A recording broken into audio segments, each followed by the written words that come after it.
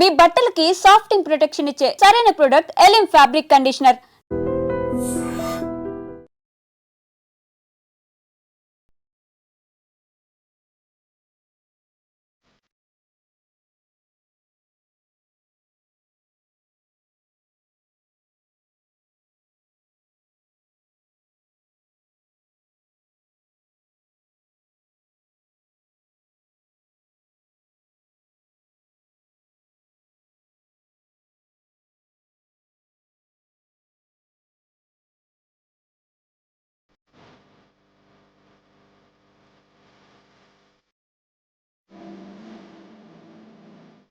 అవయవదానం మరణించిన జీవించడం అంటే అవయవ దానం చేస్తే ఎంతో మందికి లైఫ్ ఇవ్వచ్చు. ఇది పెద్ద ఎత్తున ఒక ఉద్యమంలా ముందుకు వెళ్తోంది. ఎంతో మందిలో అవేర్నెస్ కూడా కలుగుతోంది. ఈ నేపథ్యంలోనే పరశురామ్ అనే 20 ఏళ్ల యువకుడు తన విధి నిర్వహణలో ప్రాణాలు కోల్పోయాడు. బ్రెయిన్ డెడ్ అయినటువంటి ఆ యువకుడి అవయవాలను మరికొంతమందికి ఇస్తూ ఎంతో మందికి ఒక లైఫ్ ఇస్తున్నటువంటి కన్న తల్లిదండ్రులు మనతో పాటు ఉన్నారు. ఇది చాలా బాధాకరమైన ఘటన అయినప్పటికీ కూడా వాళ్ళకి అసలు అవయవ దానం పైన ఇంపార్టెన్స్, ఆర్గాన్ డొనేషన్ చేయడం వల్ల మరొకరికి ఎలా మనం లైఫ్ ఇవ్వగలుగుతాము అని వాళ్ళకి చెప్పినప్పుడు ఆ గుండెలు నిండా దుఃఖం ఉన్నా కూడా మనసు కఠినం చేసుకొని మరొకరికి నా కొడుకు మరొకరిలో జీవిస్తాడు కదా అని చెప్పి వాళ్ళు తీసుకున్నటువంటి ఒక మంచి నిర్ణయం నిజంగా అప్రిషియేట్ చేయాలి మనం. ప్రజెంట్ అయితే విమ్స్ హాస్పిటల్ నుంచి గ్రీన్ ఛానల్ ద్వారా ఆర్గాన్స్ అయితే వివిధ హాస్పిటల్స్కు పంపడం జరిగింది. పరశురామ్ వాళ్ళ పేరెంట్స్ మనం అందరూ ఉన్నారు, ఒకసారి మాట్లాడదాం. అమ్మ క్షమించండి, ఏమనుకోవద్దు, కానీ ఈ గొప్ప నిర్ణయం తీసుకున్నారు. మీకు చెప్పారా బాబు ఇలా బ్రెయిన్ డెడ్ అయినా కూడా మిగతా వాళ్ళకి ఆర్గాన్స్ ఇస్తే వాళ్ళకి ఒక లైఫ్ ఇచ్చిన వాళ్ళు అవుతారు? ఏమైంది అసలు బాబుకి? ఏ ప్రమాదం? బాబు పనికి వెళ్ళాడు మా, ఏమైందో కూడా తెలీదు. తర్వాత కబురు వచ్చింది. కబురు రాగానే పడగొట్టి వచ్చినప్పటికి బాబు అక్కడ ఉన్నాడు, హాస్పిటల్లో ఉన్నాడు. ఆ హాస్పిటల్ నుంచి హాస్పిటల్ షిఫ్ట్ చేసా. తర్వాత నాకు ఎందుకో మనసుకు అనిపించింది, ఖాళీ చేస్తే ఏ ప్రయోజనం ఉండదు, గవర్నమెంట్ కైనా ఇస్తే నలుగురు కనుక కాపాడుతాడు నా కొడుకు అనేసి అనుకొని నిర్ణయం తీసుకున్నాను అంతే. కానీ నా కొడుకు ఉండబెట్టి నాకు అన్నిటికీ నాకు లోటు లేకుండా అయిపోయింది. నా కొడుకు లేడు, నాకు ఏ లోటు లేకుండా అయిపోయింది.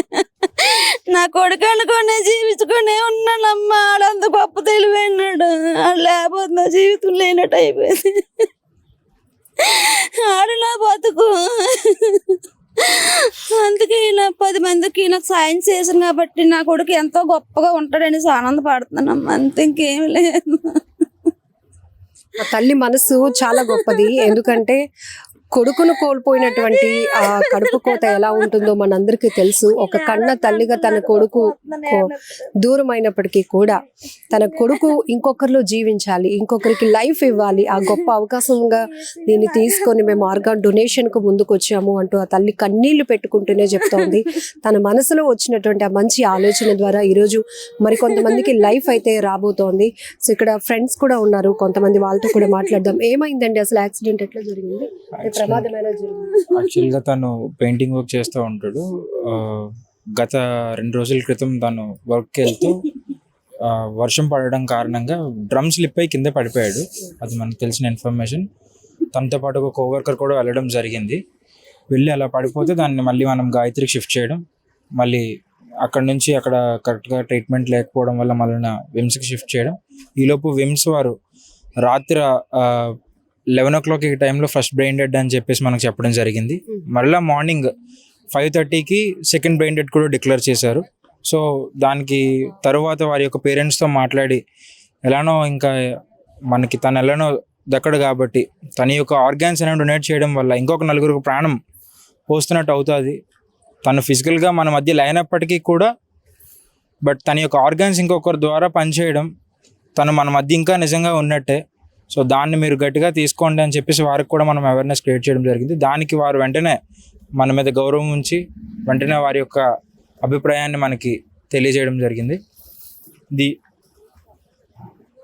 చాలా మంచి ఫ్యూచర్ ఉన్నటువంటి యువకుడు పరశురామ్ 20 ఏళ్ల వయసులోనే అనుకోని ప్రమాదంలో తను బ్రెయిన్ డెడ్ అవ్వడం, ఆ తర్వాత విమ్స్ హాస్పిటల్ నుంచి ఆ పేరెంట్స్ని అప్రోచ్ అయ్యి ఇలా జరిగింది మీ బాబుకి. కానీ మీకు ఇంకొక అవకాశం ఏంటంటే ఇక చనిపోయాడు, దూరం అయిపోయాడు అనే బాధ కన్నా మరొకరిలో ఉన్నాడు, జీవించి ఉంటాడు అనే ఒక ఆలోచనతో వాళ్ళు ఒక కౌన్సిలింగ్ ఇవ్వటం, వెంటనే ఆ తల్లి పెద్ద మనసు చేసుకుంది. కుటుంబ సభ్యులందరూ కూడా దానికి అంగీకరించి ఈరోజు మరొక నలుగురిలో తన బిడ్డను చూసుకునే అవకాశం వచ్చిందన్నట్టుగా భావిస్తూ ఆ తల్లిదండ్రులు అయితే ఇప్పుడు ఒక గ్రీన్ ఛానల్ ద్వారా విశాఖలో ఉన్న కొన్ని కార్పొరేట్ హాస్పిటల్స్కి అయితే ఆర్గాన్స్ని తరలించడం జరిగింది. ప్రస్తుతం మనం చూస్తున్నాం వీళ్ళంతా కూడా ఆ పరశురామ్ ఫ్రెండ్స్ అలాగే ఫ్యామిలీ మెంబర్స్ కూడా ఉన్నారు. వాళ్ళ నాన్నగారుతో ఒక్కసారి మాట్లాడదాం. ఈ సమయంలో మిమ్మల్ని మాట్లాడించకూడదు, అతను చెప్తున్నారు నాకైతే మాటలు కూడా రావటం లేదు, నేను మాట్లాడలేను అని చెప్తున్నారు.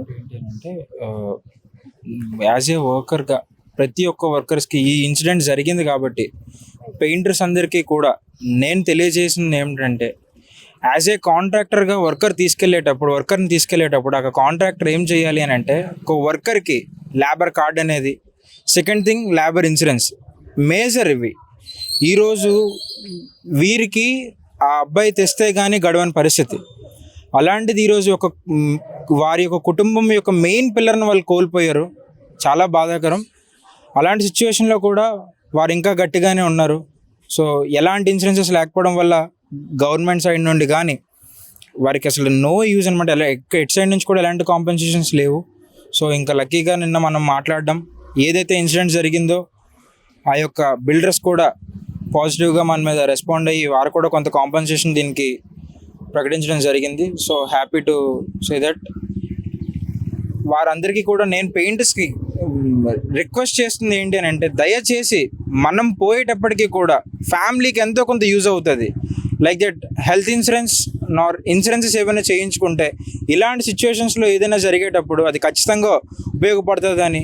ఎవరైతే మనిషి దూరం అయిపోవడం ఒక దుఃఖం అయితే ఇంకా పూర్తిగా ఫైనాన్షియల్ సపోర్ట్ కూడా లేదు. ఎందుకంటే వాళ్ళు ఆ కొడుకు మీదే ఆధారపడి ఉన్నారు. కొడుకు ఉన్నాడు అనే ఒక కొండంత అండ ధైర్యం, ఇప్పుడు ఆ ధైర్యాన్ని కూడా పూర్తిగా కోల్పోయినటువంటి పరిస్థితిలో ఉండడం వల్ల ఇలాంటి ప్రమాదాల నుంచి మనం చాలా కొన్ని ఇంపార్టెంట్ విషయాలు కూడా తెలుసుకోవాల్సి ఉంది. మనుషులు దూరం అవుతారు, ప్రమాదాలు ఎప్పుడు ఎలా జరుగుతాయో ఎవరు ఊహించలేం. కానీ ప్రాణాలు పోతున్నటువంటి పరిస్థితులు, కానీ ఆ తర్వాత కుటుంబానికి భరోసా ఏంటి, ఎవరు ఆసరాగా నిలుస్తారు అనేది పెద్ద ప్రశ్న. ఇప్పుడు ఈ వయసులో వీళ్ళు ఏదైనా పని చేసుకొని వాళ్ళని వాళ్ళు పోషించుకోవాలన్నా కూడా ఆ పరిస్థితి లేదు. సో మినిమం ఇప్పుడు ఈ పర్సన్ చెప్తున్నట్టు అది పెయింటర్సా ఇంకొకటి అని కాదు, కానీ మినిమం మనం ఒక వర్కర్గా పనిచేస్తున్నామంటే కనీస భద్రతతో పాటు కుటుంబానికి కావాల్సినటువంటి ఒక ఆసరాన్ని కూడా మనం కల్పించే ఏర్పాట్లు చేసుకోవాల్సిన అవసరం ఉంది. సో కాంట్రాక్ట్ బేస్లో వర్క్ చేస్తున్న ఎవరైనా కూడా దీనిపైన కూడా కాస్త దృష్టి పెట్టాల్సిన అవసరం ఉందని కూడా ఇక్కడ చెప్తున్నారు. ఏదేమైనా ఒక బాధాకరమైన ఘటన జరిగింది, కానీ ఇంకొక వైపు పరశురామ్ మరొక నలుగురిలో జీవిస్తూనే ఉంటాడు అనటంలో ఎలాంటి డౌట్ కూడా లేదు. బట్ ఆ కుటుంబానికి ప్రగాఢ సానుభూతి తెలియజేస్తూనే ఆ దేవుడు మనోధైర్యాన్ని ఇవ్వాలని మనం కూడా మనస్ఫూర్తిగా కోరుకుంటున్నాం. నిజంగా ప్రస్తుతం ఉన్నటువంటి సమాజం దేనికి ప్రయారిటీ ఇస్తుంది? ఆర్థిక సంబంధాల చుట్టూ మాత్రమే తిరుగుతోంది. మళ్ళీ ఎన్నికలంగానే చాలా విరక్తి కలుగుతాం.